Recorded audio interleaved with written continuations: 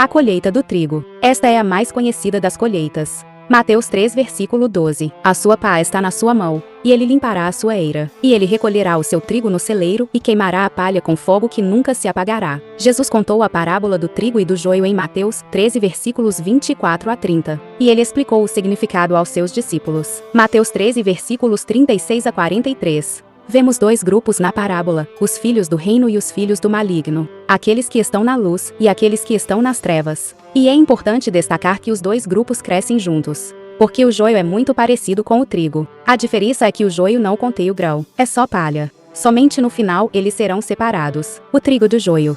Mateus 13 versículo 29. Porém ele lhes disse: Não, para que, ao colher o joio, não arranqueis também o trigo com ele. Trigo sendo trigo não pode dizer quem é trigo ou quem é joio.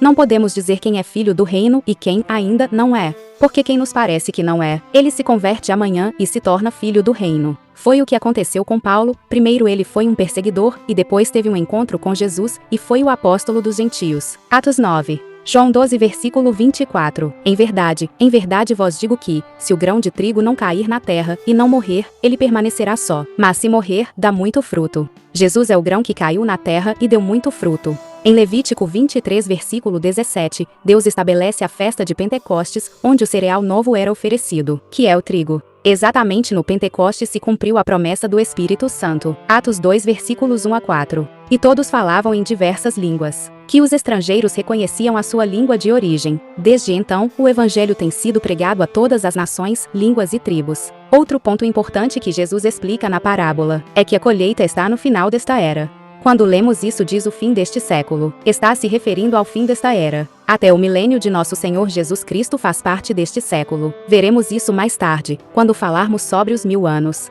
No próximo século refere-se a novos céus e nova terra. Apocalipse 21. Então, no final desta era, é que o joio será lançado ao fogo, após o julgamento do trono branco. Apocalipse 20 versículo 15. A grande colheita é descrita em Apocalipse 14 versículos 14 a 16. Lembremos que cada colheita tem 3 fases: as primícias, a grande colheita e a colheita dos 4 cantos.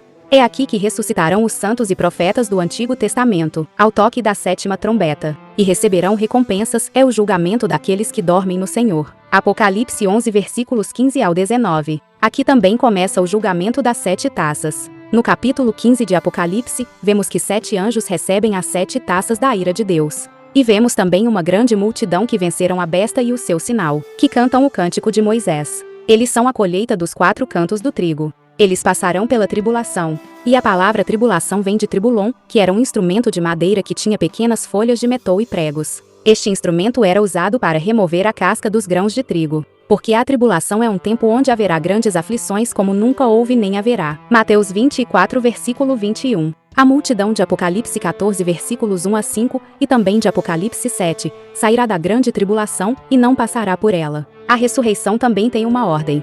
1 Coríntios 15 versículos 23 e 24. Mas cada um na sua devida ordem: Cristo, as primícias. Depois aqueles que são de Cristo, na sua vinda. Depois, o fim, quando ele entregar o reino a Deus e Pai, quando tiver abolido todo o domínio, toda autoridade e poder. Todos aqueles que serão ressuscitados até a vinda de nosso Senhor Jesus Cristo, fazem parte da primeira ressurreição. Todos agora ressuscitarão para a vida eterna. Aqueles que não ressuscitarão na primeira ressurreição, só o farão depois do milênio para o julgamento do trono branco. Apocalipse 20 versículos 5 e 6.